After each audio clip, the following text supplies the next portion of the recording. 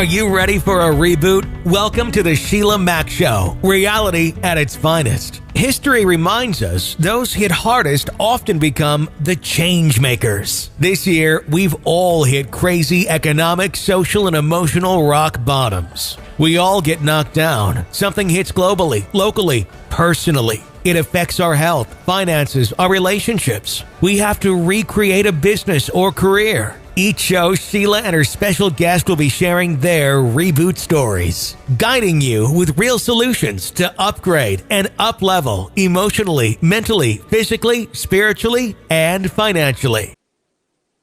Welcome to the Sheila Mack Show, reality at its finest. Here we have real people sharing real stories and actionable steps to help you reinvent, rebuild, and reboot your business and personal life on your terms.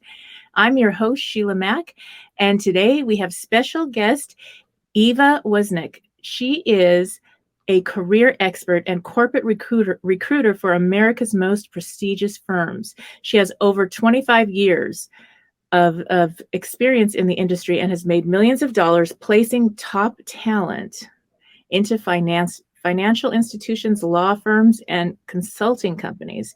She's made it her life's mission to study what it really takes to achieve success and to feel fulfilled. She is her very job mentor. All right. Well, welcome to the show, Eva. Thank you. Thank you, Sheila. And I'd like to start off by asking you if you could share a time in your business or personal life where you hit a tough situation and how you got back on track. Yeah, well, the first thing that comes to mind is 2009. At that point, I had been in business for a good 15 years or so, and things were going really well. I had grown the business from, established it from nothing and grown it into a successful placement agency in New York City that focuses on big law firms. Mm-hmm. And then law firms got hit a little later than 2008, didn't hit till the summer. And then one day, literally, the phone just stopped ringing. Mm-hmm. And that was really hard after having built up a business. Yes. And how did you get back on track after that situation? Well, it definitely took a little bit of time. And then when things started coming back, the phone started ringing, clients came back. That was good. It came back slowly. But I also made a few decisions at that point, one of which was that I never wanted to feel that vulnerable again. Mm-hmm. And so my husband, who owns his own legal practice and was also hit at the same time, we decided to start investing in some real estate so that we could diversify. I started doing some Tony Robbins work so I can learn how to manage my mind, which is probably the most important thing all of us have to do. So we kind of took it as a wake-up call that even if you have great business, things can change. And that has really come full circle during the pandemic. And that lesson, I'm glad I learned it then. It was really helpful in last year. Definitely. Yes, things changed in an instant. In fact, I don't know if you were at the Tony Robbins birthday fundraiser event. I went, that was our last event. My daughter and I attended, and then we were going to go to UPW San Jose. And before you know it, the event got canceled and that was the end of our travels.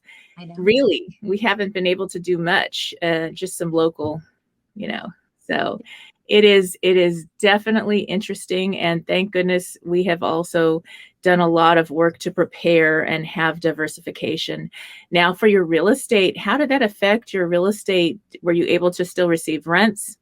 So what we did is after the economy started to recover, that's when we bought the properties. So we kind of bought the low point.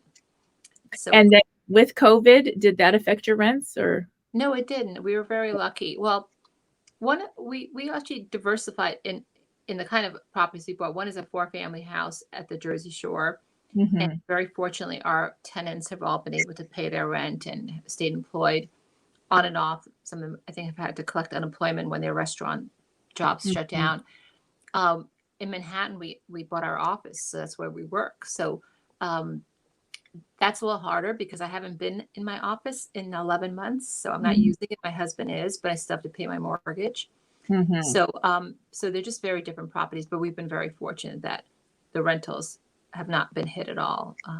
Yes, that is very good. Yes, yeah. Definitely. Well, it was not to be dependent on one stream of income. And because that's, you don't know it till you get hit. And when you get hit and all of a sudden that gets turned off, you realize that you need to have diversification. Definitely. It's so important. And I want to hear more about the fairy job mentor. How does that work? Yeah. So again, I call my COVID project. When in 2009, when the economy and my business got hit, I went into a bit of a funk because I felt so out of control. But this time, having done all the work that I did, learning how to manage my mind, learning how to focus internally, when I realized in July that we weren't going back to work very soon, I said, well, what can I do that's going to be productive? Where can I really add value? And I have 3 kids, but 2 of them got yanked out of their college experiences, came home in March. They were Mhm. actually both studying in Madrid, Spain. They were going to an American university there. And I saw them and their friends really, struggling with all the uncertainty. I think we all were, but I just felt so badly for these kids because that's not what their college experience was supposed to be like.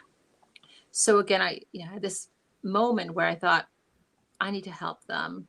And in the back of my mind, I always thought maybe I would write a book, but it didn't make sense when I was super busy and, time is money and all that stuff. But I Right. had a little bit of extra time this summer. So I started writing a book, and it's very specifically geared for 19 to 24-year-olds Mm. because they're in college, coming out of college. And truth be told, Sheila, they're inheriting a pretty crappy world, with everything that's going on. And I thought, let me share some tools that I wish I knew when I was that age that Mhm. could help them feel in control and be proactive, whether it's networking, finding mentors, identifying even their own skills and their strengths so they could feel a sense of control in the midst of all this uncertainty. So that's what your fairy job mentor is. Oh, I love that. That is so important. And I have 6 children. I adopted 3. 3 are mine. They're all mine. And I'll tell you, it is very difficult. I have a couple home with me doing online college, and they had to go get jobs simply because they were going stir crazy at home. Yeah, yeah, So yeah. that was it. And I think one of the things, like for my daughter, she's in for a longer haul because she's working towards psychology, her psychology degree. And she already was able to work as a counselor at a girls' home with pregnant teens and their babies for the last 3.5 years. And that experience was interesting because if you're listening in and you're whatever age you are, she didn't listen to the job ad. It was basically you had to have a bachelor's, and she didn't quite have the bachelor's just yet when she applied. Her friend already worked there, and she started volunteering, and Mhm. somebody else dropped out. The next thing you know, she was hired, and they weren't sure. They told her, hey, you're kind of young and we're not sure if you can last. It's a tough situation. These are, kind of hardcore kids. And she outlasted most of the management there.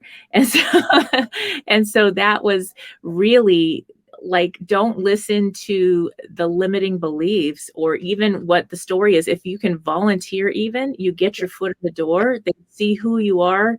They saw how she could work with these kids. And she had training with Chloe Madonis. We did a Mhm. mentorship program with Chloe when she offered it for 6 months. And so she had a lot of training and traveled with me in the Tony group for 2 years. And so she has a lot of, I Yes. guess, for a young girl, she had a lot already of experience, but that's something that really helps. What would you say about Mhm. tips for getting your foot in the door when you Yeah. don't have a job at that age? Well, I think what I do in the book and what I really believe is we have to shatter all these lies. That's what I call them. So whether it's not having experience, Mhm. it's a skill set and it's motivation. I mean, you and I know, Sheila, that if somebody's highly motivated and they have very basic but raw skills, whether it's client service, if they've been a waitress or they've been a babysitter, or they can write or they can use a computer. So I Mhm. think it's getting over that, but I think underneath it, it's courage, right? Don't ask for permission, ask for forgiveness. And I don't mean being rude. I just mean that, Right. if you find a place inside of yourself and have that certainty, people are going to buy that too. And I think that you don't have courage without fear, right? So Mhm. what I try to do, and I spell it in the book, is that whenever you feel that uncomfortable feeling in the pit of your stomach, you're on the right track. Yes. Welcome it. That's where all the opportunity lies, right? And I think that that's really hard for all of us. And I think it's particularly hard for young people, especially the Gen Zs. They want certainty, and they want, if I work hard, the next thing's going to happen. And coming out of schools and even the best colleges, people think there's a track. We have to create our own track. So trusting your gut, taking brave action. In the book, I have something where I want them to keep track of not just the results, but their efforts. Like every time you put yourself out there and do something uncomfortable, maybe reach out to somebody on LinkedIn or ask your mother's best friend's cousin if you can have an informational interview, give yourself credit for those things. That's where all the good stuff comes out of. So. That is so true. And I know it goes back to my own memory of being a young kid. And I got this computer science information certificate at a community college. I was a young mom, a single young mom. And actually, I was forced into marriage. My parents were like, you have to marry this dude. And I did. But anyway, all the kids in the class were way better at math and programming than me. I was there for the money. I wanted the programming job to support this baby. And it was the best paying job at the time. I was the C student. And I was the only student that wasn't afraid to go apply at JPL NASA.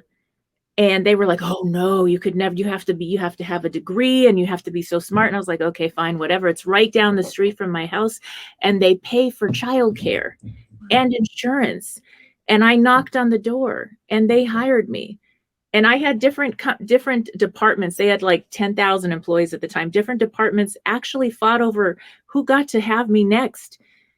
Because I stayed early. I got there early. I stayed late, not really because I love the job, but because I didn't know how to program that well. So I had to compensate for my inability. Mm-hmm. And that was okay. It was the confidence and the willingness to knock on the door. And obviously that wasn't my life dream. And I got into other things and opened businesses. But that was just, I think when you're a mom and you have a baby and you're like, I will walk on fire. We talk about walking on fire for Tony's group. I will walk on fire for my kids. I will do whatever it takes to make sure they're good.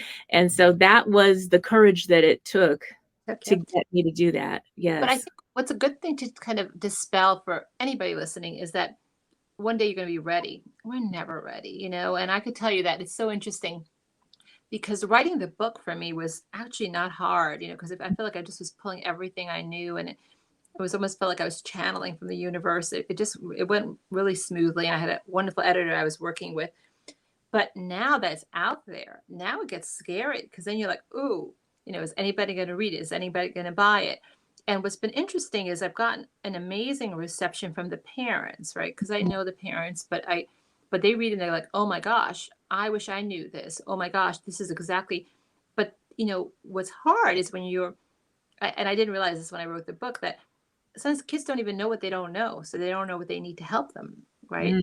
Yes. So it's kind of, you and I could sit here and we can probably share so many stories of those moments when we just took a risk and we trusted our gut and we put ourselves out there. And that's why we are where we are today. Right. Mm-hmm. But it's, it's trying to get it to, that market that I think so much needs it. I have to tell you, look, I'm a little bit more, I'm back in my uncomfortable zone. But again, I think that that's a good place to be. The more you're there, and it doesn't end. It doesn't matter whether you're 20 or 50 something, right? Mm-hmm. There's always gonna be moments where you're like, what do I do now? But it's overcoming the uncomfortableness and seeing it as every time I've been in that space, amazing things happen because that's where all the opportunity lies. It doesn't lie in sitting on a couch and being comfortable. Yes. And I mean, just imagine those listening in, if you have students in your life, or I would imagine maybe you're re-entering the work world. This book would also apply for that. Maybe you're a mom or something shifted and now you're going back to work because of this very interesting universal pause. And so I think there's probably tips in there for a lot of different groups. And for students, especially, this could save so much time and effort. And suffering. People suffer.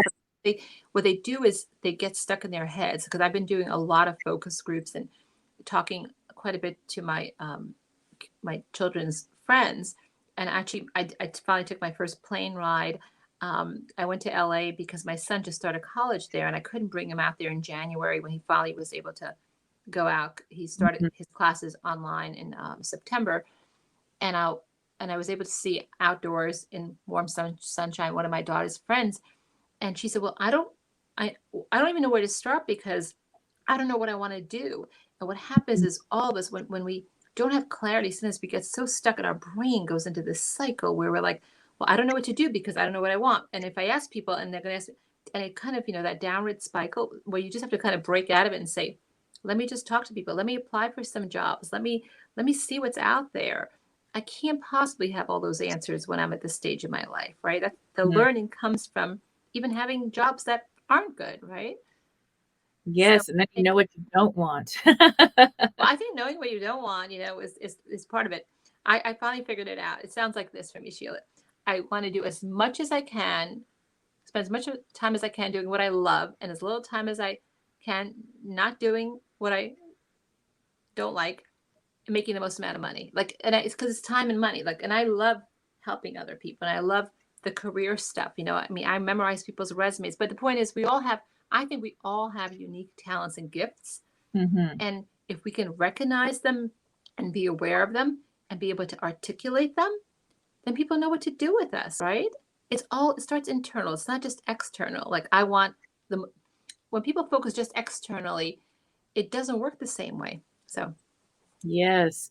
And I'm wondering now, what is your idea on volunteer work or to get started, to kind of feel things out? How does that work now, especially with COVID and...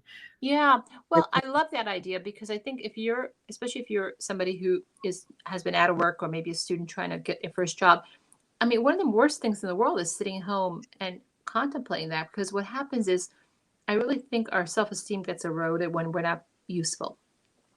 I really believe as humans, we are born to contribute, right? To be able to help people to use our talents.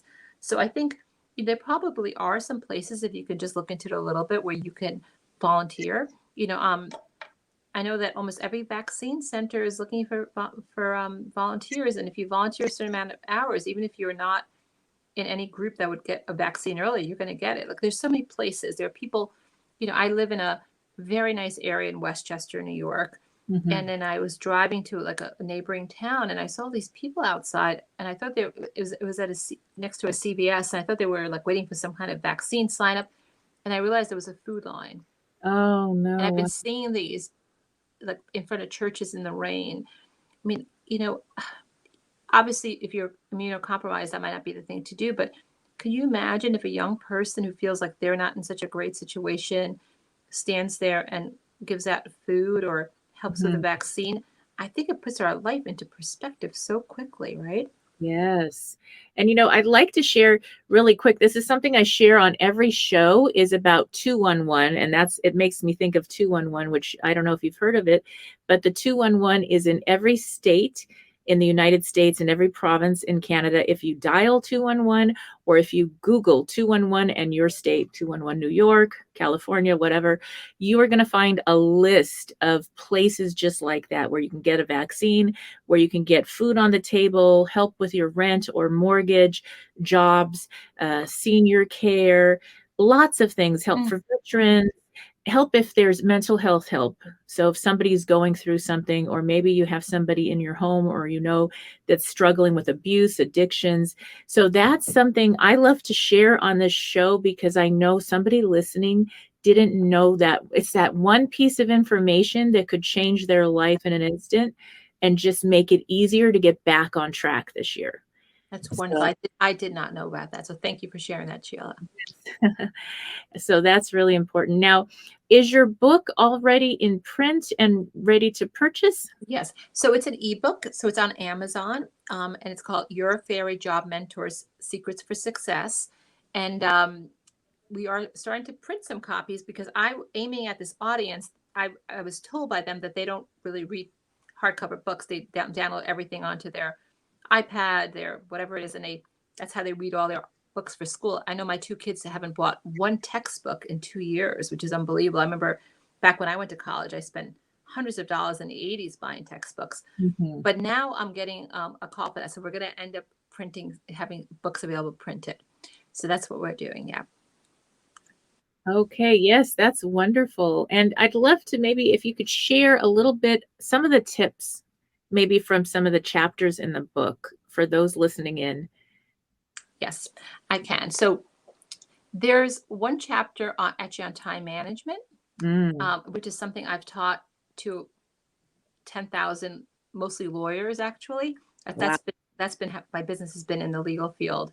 Um, and the tip is do the worst things first.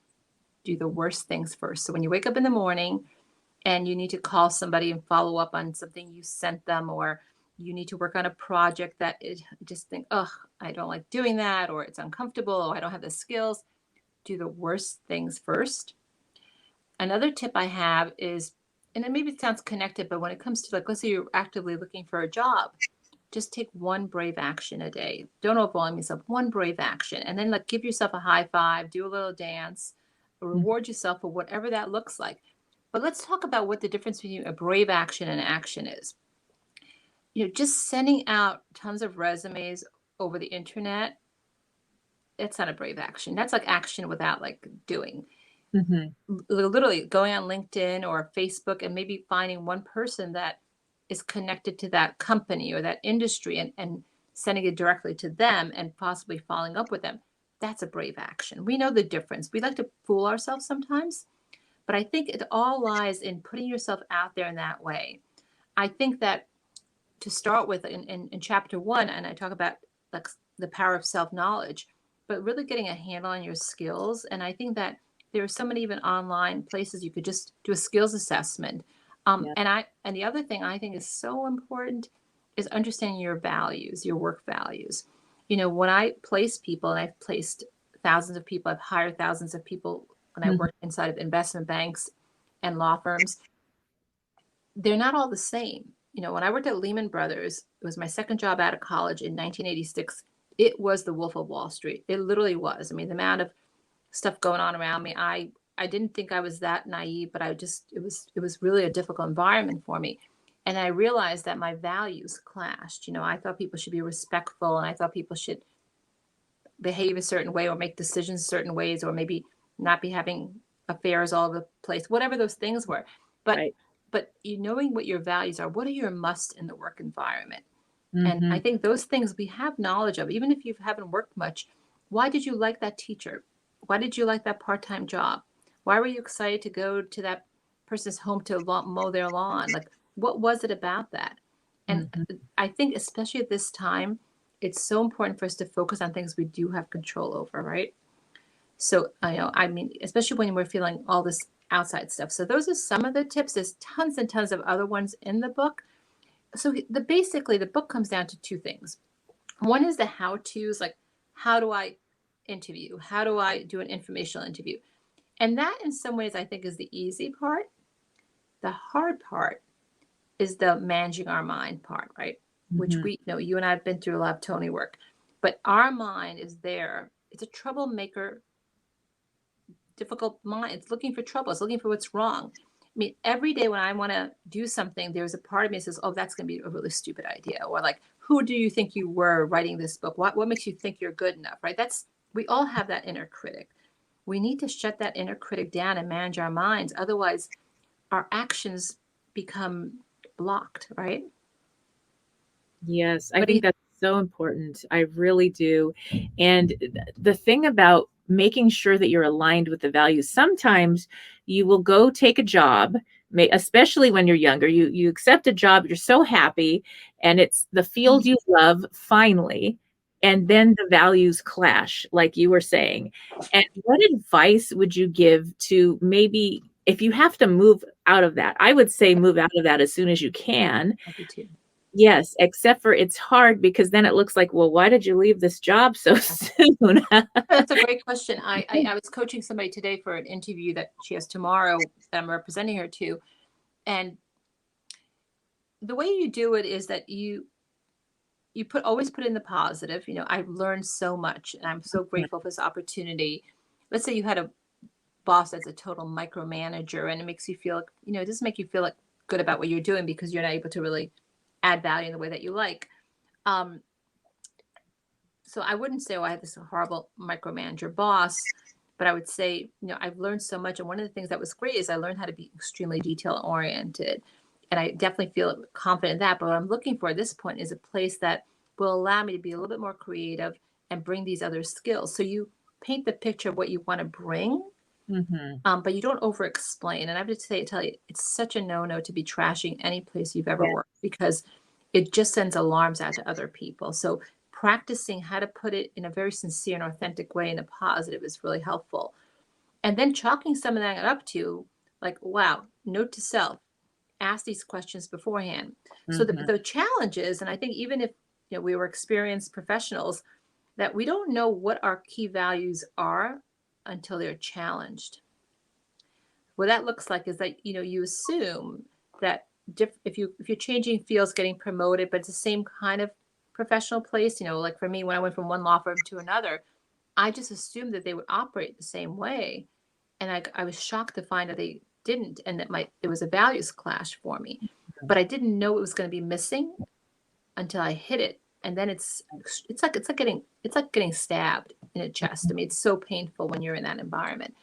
But when you're young, I think it's important that you see these things as like learning opportunities. Say, okay, note to self, this doesn't work for me. And I think it's the Tony Robbins saying you're the direct reflection of your peer group.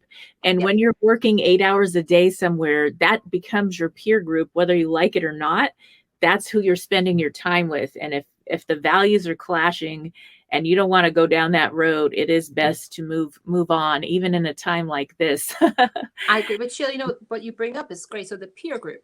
So another one of the big, I call them the big lies that I like to shatter, is that you have to know people in very powerful places to get a job, right?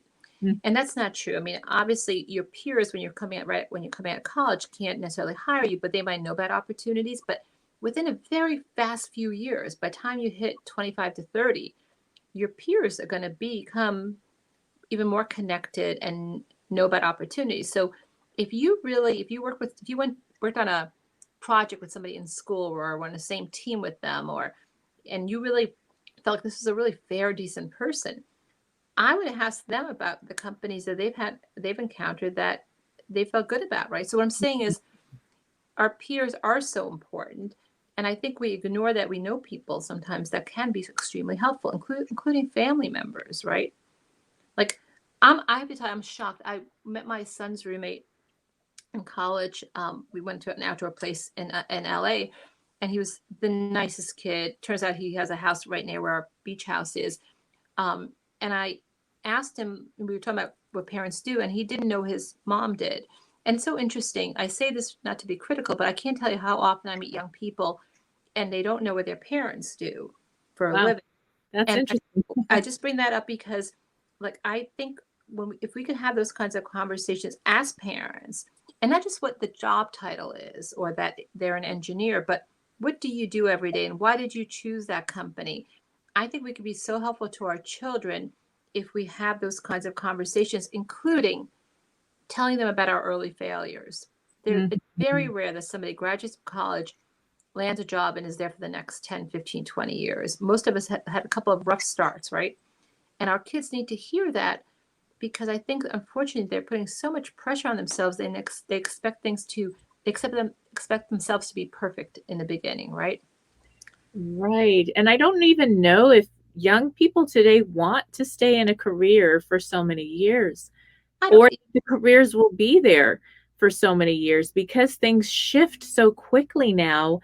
It's not as dependable. It's not like it was. A lot of times you have to diversify. You have to have other income coming in from somewhere, and surprises happen. Like this last year was the biggest I've ever had with COVID.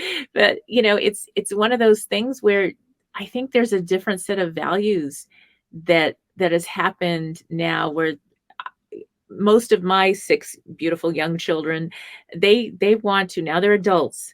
They've graduated. I have one in college, one that's part-time college, getting another degree, but already works full-time.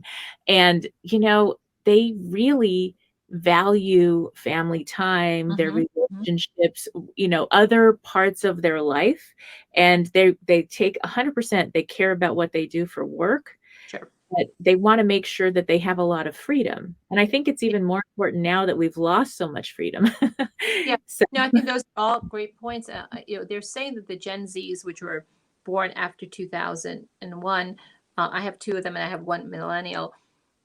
I've seen this in my own family. It is, we don't want to overgeneralize, that they like the certainty more. So it'll be interesting to see. They supposedly find they look more like the baby boomers than they do the next generations in terms of, and some of that is because they watched their parents to go through so much uncertainty, including the 2008, 2009 financial crises. So just it'll be interesting to see how that plays out.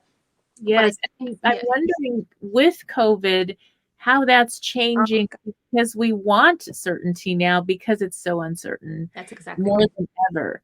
I know that for my kids, they care far more about, it's not like they never cared, but they really are interested in politics. Yes. They're interested in how they can make a difference and be the change in the world and all this. And before it was like, that's nice, I'm going to school right now, I'll check it out when I'm older, And well, I love that. And I have to tell you, for me, I mean, I get goosebumps because part of the reason, again, that I really took the time out to write this book is because watching them in this summer with everything that was going on in terms of the racial distress, all the stuff that was happening, Black Lives Matter and everything else, I actually think they're going to change the world.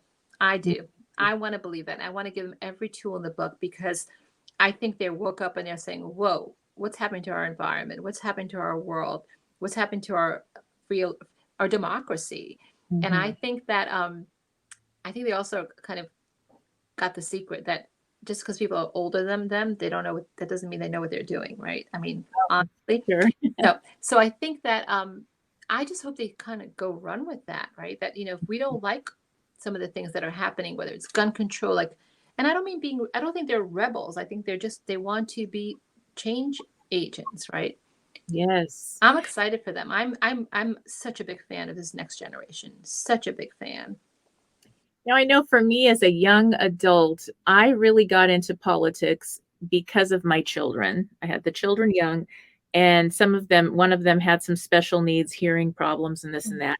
And I got into working for equal education for all because I realized, wait a minute, not everybody has the same options in this education system. What's happening? And before now this is funny because it's based on careers. I'm bringing this up for careers. I was volunteering because I wanted the best for my child. Right. I fostered kids. Some of them had issues and some of my own had issues. And so I was like, hey, I want to be able to make sure all kids have what they need. What's going on here? And I got hired in politics and they asked me, what's your political affiliation? I said, at the time I was still in my early 20s, I said, free spirit. I mean, I knew nothing. All I knew was I care about these kids, but I was hired to run campaigns and do things. I mean, I didn't even know, but I was good with people. Sometimes you don't know what you're good with. Yes. I was good with leading events and keeping people happy and getting them to get the vote out and do whatever they needed to do. I didn't know what they were doing politically. Right. But I knew that. You were using your skills and then your values were at play. And I think that's a great example because I think people get so caught up in what company, what job. No, skills and values. I'm telling you, you get the skills and values match and you could be working for like a company that you've never heard of or an industry that is new. So I think that's right. So, yes, I'm super excited about this. I'm really, really excited about giving them tools, having run a very successful business and having, made some decisions, my husband and I, where we feel like, we're going to be fine. We'll probably be able to retire in the next 10 years and our kids are about to graduate college in the next 2 years. But it's about giving back, as Tony says, there comes a place where you just want to contribute.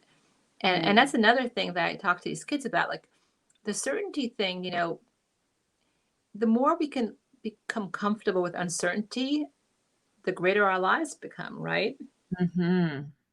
It's, because certainty is a box.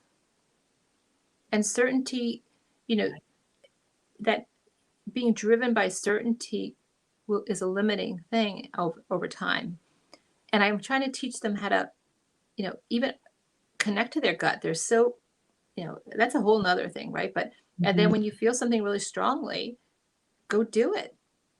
Yes, listen to that gut. I'm telling you, my gut is so spot on. It is 99.9% of the time. It is right on time and perfect. As long as I listen to it. And over the years, I have learned to listen. And my daughter will be the same way, and my sons, but I mean, my daughter for some reason more. And it'll be like, she said, Mom, we've got to go see everybody now because I don't know. I just feel like I've got to see everybody. And that's why we ended up at the Tony birthday party.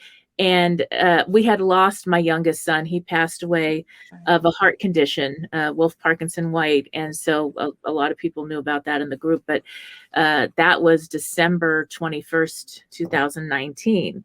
And so that was our first outing after that. And she had moved home with me. And then she wanted to go visit everyone. And she said, we have to go now because I feel like I'm not going to be able to see everybody. And I was like, what are you talking? We go every month. We do events. I help with all these people. I work there. We fly back and forth. We have a couple different states I'm in. And she was like, I just got to go now. And she was right, because that if we didn't go that week, we would have missed seeing everybody for about 3 or 4 months at least with the lockdowns. I hear you. I had the same thing. I called my kids up. I was in DC on Monday, March 9th. And I said to them, you need to get a plane ticket and be here by Thursday. You need to get on a plane and come home. You can go back to school in a couple of weeks. And Friday, they shut down like flights from Europe. So but the point is, I think we all have that connection to our gut, but we've been trained to only trust our brain, like this problem solving brain. And a brain is great if you want to do math problems or code computers or maybe solve it. But our gut is so damn smart. And we've cut it off, So I think as a young person, if you could just even start to test it a little bit and say, because I ask young people when I'm interviewing, like, well, what's your gut? And they look at me like, I'm not sure what you're talking about. I think we all have it. And maybe even, again, if there are parents listening, ask your kids that, instead of telling them what to do, say, well, what does your gut say? Right? That's how I talk to my kids. I really do. I'm like, well, what does your gut say? Because the more you elicit it, the more connected you become. And then you learn to really trust it. And, as much as, we love our kids so much, but we want them to be able to make those kinds of important decisions on their own, right? And look, during COVID, there have been hard times. When my kids lived at home and many of their kids' friends were home from school, their high school friends, we did not ban them from seeing people. We tried to put some caution around. In the beginning, they would see people, they would park and back up their cars and sit and tailgate and stuff like that. But, there was such a balance for a 19, 20-year-old between keeping them safe and keeping them mentally okay, right?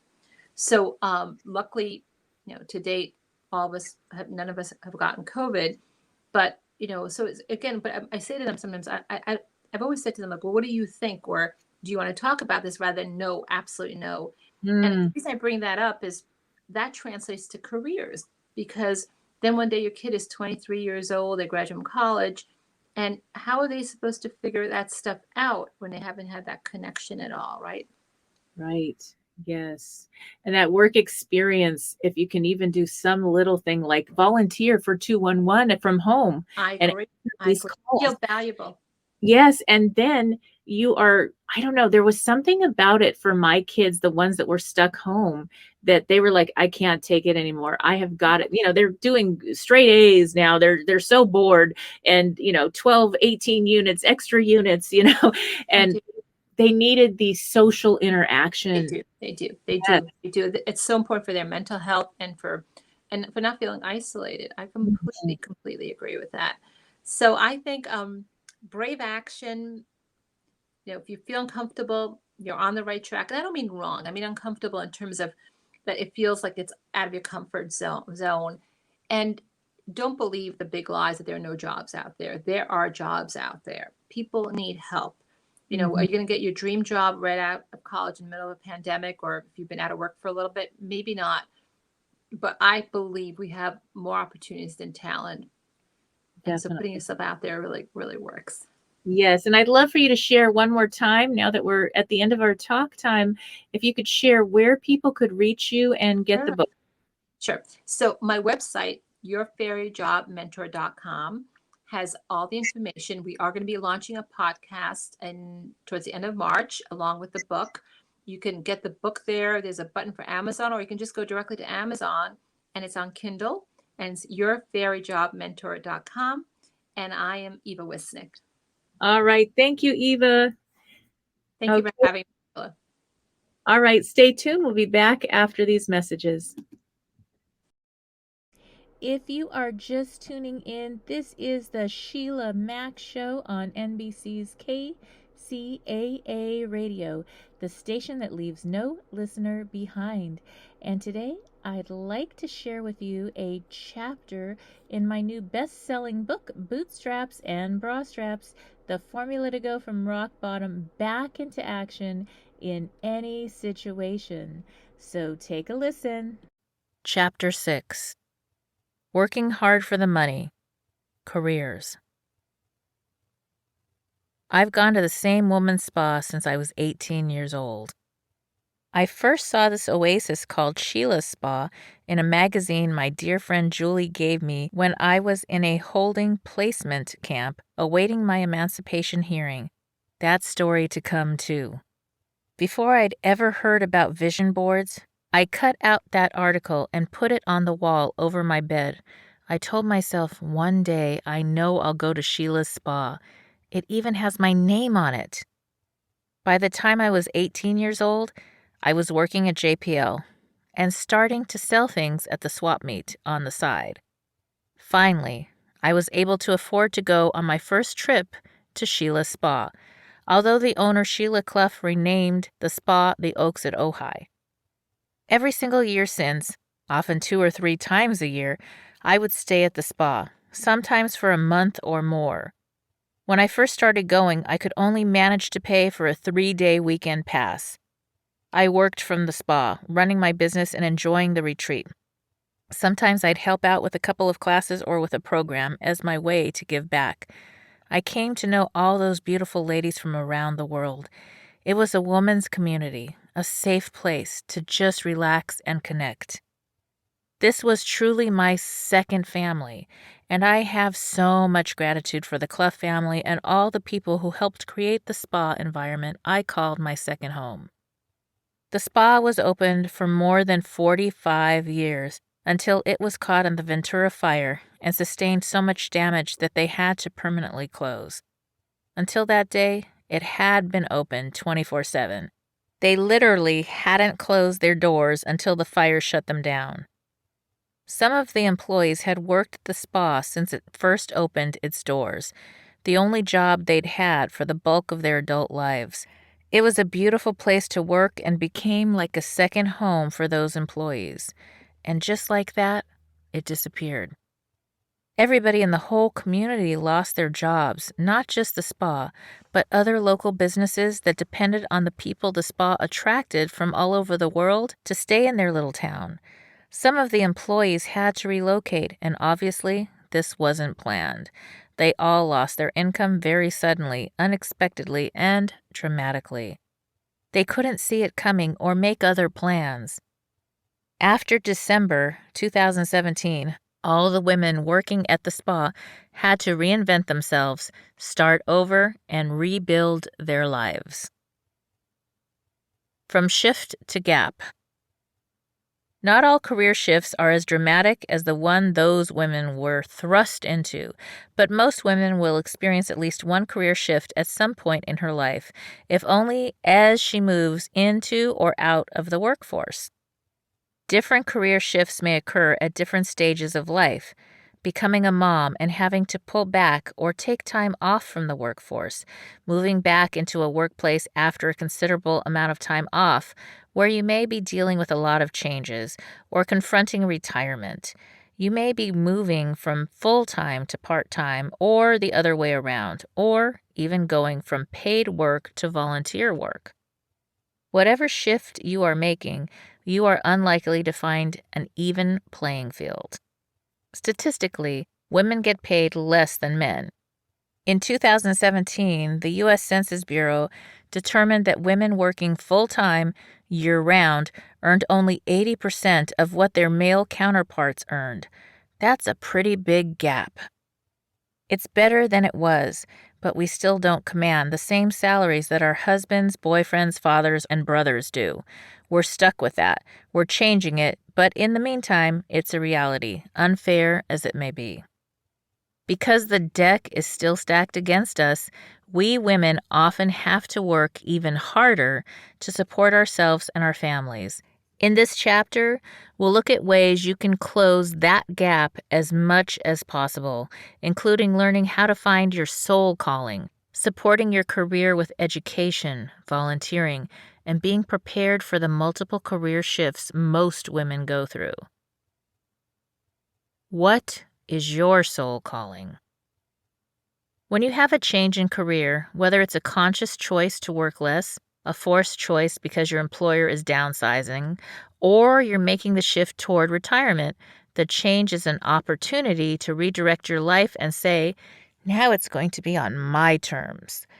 That is the time to follow your passion, or what I call your soul calling. Figure out the other things you can do. Evaluate your talents to see what you're good at and where you can make money. You might have a passion you want to pursue, even if you made your money in another industry. If you're open to the opportunity, your soul calling can redirect you to something that is so much better than the job you didn't like, that you only did for the money. I'll show you how to determine what your soul calling may be in the activity at the end of this chapter. Everybody has a talent. When you follow your talent and mission to help people, you will experience a kind of pull or draw toward activities that utilize your talent. It's almost like you can't not do it. You keep finding yourself using that talent. It just comes out. You can't keep it locked up in a box. We all wear different hats and work in different careers, but the strong talent that is your driving force is your own. When you're doing it, you could do it for free. Sometimes you are doing it for free because that's how it shows up. You're not going to be able to get away from it. You can pretend. You can try to do something else to make money. Maybe that pays for the moment to pay your bills, but in the long run, you'll be continually drawn to your purpose. That feeling of being drawn towards something means the activity aligns with your core values and your life purpose, the vision of who you are. It's the shoe that fits your foot. When you enjoy what you're doing, you think, they're going to pay me for this? That's awesome. I have a client named Lady whose husband surprised her by asking for a divorce. He came home, said, I'm in love with someone else, and he was done. One day everything was fine, and the next day he was gone, leaving her alone with her 3 kids. She was caught totally off guard. When she came to me to figure out what to do next, we looked at her skills, past experiences, and different options. Lady told me how, when she was a young girl and teenager, she took cake decorating classes, and her cakes won prizes and awards. She made beautifully decorated cakes that looked like famous people or Disney characters. She would sell them to her family and friends who wanted fancy birthday cakes. Sometimes Lady would bake these cakes for free and give them as gifts for the holidays because baking is her passion. Now that's what she does for a living. She followed what seemed like the natural next step and started a cake decorating business. Lady works out of a professional kitchen baking sugar-free, gluten-free cakes for the health-conscious and regular ones for people without dietary restrictions. And the sugar-free ones cost even more than the regular ones. She's super happy, but she had to be resourceful and go back to her own skills. She probably wouldn't do so well designing a house, for example, but she can decorate a cake. After the divorce, Lady didn't have the option of not working. She had kids to take care of and bills to pay. Now she's blessed with being able to finally live her passion. She was able to take back some of her power, to make a choice about what she does instead of letting that situation dictate how her life was going to go. She's in charge of what her career looks like. Back to school. Sometimes you may need to supplement your experience with additional education before you can pursue your dream career. While I was working on the revisions of this book, I took some time off to go out to dinner. The restaurant was pretty empty, so I struck up a conversation with the hostess and waitress, who turned out to be two amazing ladies. Both Stacy and Judy are single moms, raising their children on the wages they earn at the restaurant. Stacy confided that she had her first child when she was a child herself, at the young age of 16. She never graduated high school. Now at 48, she's a mother and grandmother, working 2 jobs and dreaming of someday earning a college degree somehow. When Stacy took her break, we got out a piece of paper and worked through the Boots formula. Thanks to raising kids and helping out in school offices for many years, I had some really good news for Stacy. Just because she dropped out of high school didn't mean she had to start all over in order to get a college degree and find her dream job. The best route for anyone in this situation is to go to the local community college. The counselor there can walk you through ways to take college courses or college-level examination program CLEP tests, which allow you to take exams to earn college credits. They may even be able to help you get both your general education and high school credits at the same time. Most colleges even offer free tutorial centers. It may take a few extra years to catch up, particularly if you can only go part-time while you're working, but each class is a step toward achieving your dreams. Until Stacy and I talked, she thought it would be impossible to ever go to college. She promised to keep in touch and even invited me to her graduation. I'll be there with boots on. What are some things you're not doing because someone told you they're impossible? There are always ways around things, through things, or over things. The most important thing to do is to put your boots on and start taking the first steps. Back to school on a budget. But Sheila, you may be thinking, there's no way I can afford to go back to school, even if that education would help me make more money in the long run. To that I say, how can you afford not to? Judy, the other woman at the restaurant, overheard my conversation with Stacy and confessed she felt like it might be too late to become a flight attendant and travel the world, something she had been dreaming of since she was a little girl. She said that she'd looked into going back to school but was thinking maybe it would be wiser to just take a course in bartending to make more money. I asked Judy, if your daughter told you this is what she'd always wanted to do, yet she could earn an extra $1 an hour doing something that wasn't aligned with her goals, what would you tell her to do? She laughed, but she got serious when I followed up. What is your happiness worth? The secret that most people are not aware of is that if you have lower incomes, are a single parent, and are on a budget, you can get help going back to school. You will most likely qualify for some form of grants and financial aid for books and course materials, as well as class fees at the community college level. This also works for higher education, but unfortunately the fees are higher and there are fewer grants. So higher education degrees may require shopping around at a few colleges to find one that fits your time and financial budget and gets you to the career of your choice. Don't worry so much about the name of the university. The degree and training are the important part. If you end up needing to get a student loan, they are usually deferred at 0 to very low interest while you are enrolled at least in 6 units. Be sure to check this information for your specific college and state before signing for any loans. And please don't take any debt if you don't need to. Be sure to start paying back your loans immediately, even if it's a little each month. You're allowed to make payments on those loans even though they're not due until after you graduate. While they aren't accruing high interest, now is the time to just hack away at them a little bit at a time. Another bonus about returning to school during a life shift is that once you start to get some of the course material in, many colleges offer work-study or paid apprentice positions. This will give you experience in a related field, which can help you get hired in your dream job.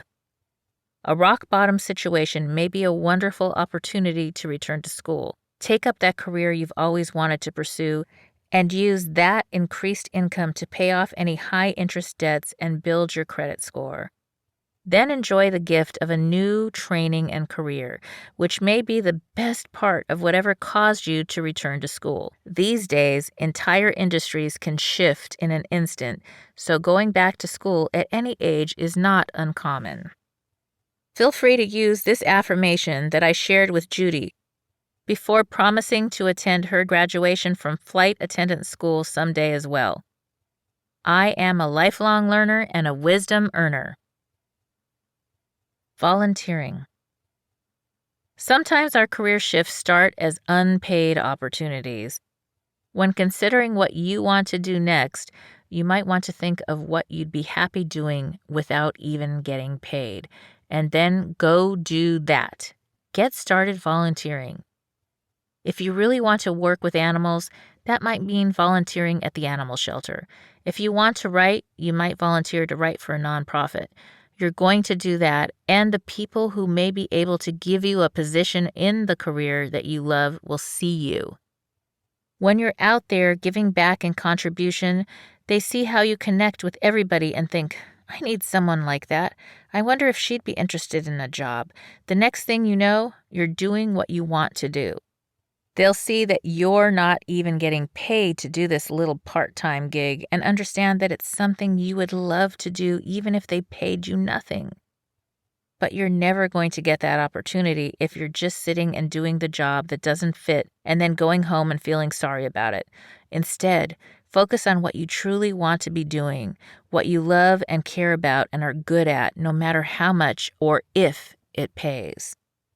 The jobs I told you about in the introduction, working for JPL and the phone company while I was building up my stores, were the last time I applied for a job.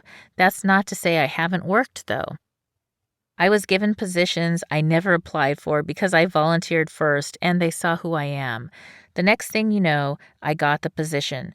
I've received great opportunities that led to high-paid positions as a teacher and consultant because I volunteered. I am very passionate about equal education for all children in the United States, and I campaigned on that for many years. I have 6 kids, and I love them all, and they deserve to have fair and equal education.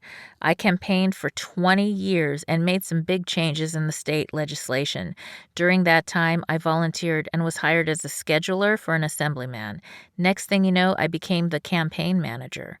All right, if you are just tuning in, this is Sheila Mack, host of NBC's Sheila Mack Show here on KCAA Radio, the station that leaves no listener behind. And one of the things we did mention during our talk today is there is a special resource that not a lot of people know about. It is the 211 resource. So if you Google 211 or call 211 in your state or province in Canada, you will find a lot of help for friends, family, or if you need help yourself. 211 is a free and confidential service that helps people across North America find the local resources they need. They are there to help you 24 hours a day, 7 days a week. So keep that in mind. Things that they can help with are food resources, mental health, healthcare, housing, transportation, income, utility assistance, and much more. Also offer, I do have Mastermind live weekly courses, and those are available at SheilaMac.com, SheilaMac.com. I have to let you know something, just between you and me. This book is not one size fits all, just like a pair of boots or a bra. So the formula is designed to help you through any situation.